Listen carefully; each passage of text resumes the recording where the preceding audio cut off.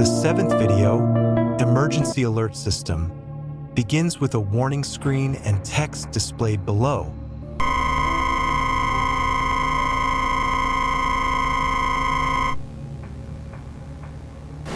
This is the Emergency Alert System. The federal government of the United States has announced a mandatory evacuation of the entire northern region of Alaska.